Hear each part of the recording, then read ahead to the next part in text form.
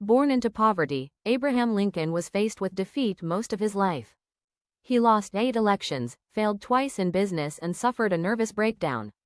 He could have quit many times, but he did not, and because he refused to quit, he became one of the greatest presidents in the history of the United States.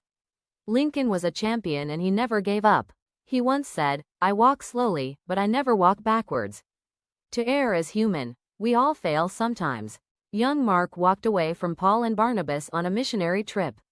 Why he did this was not known. But whatever his reason, Paul did not consider it satisfactory, and he disqualified him from being their companion again.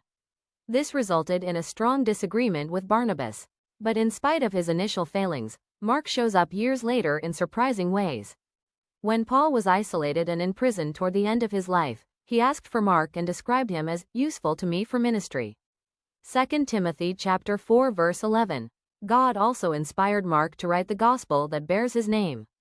Mark's life shows us that God will not leave us to face our errors and failures alone. We have a friend who is greater than every mistake.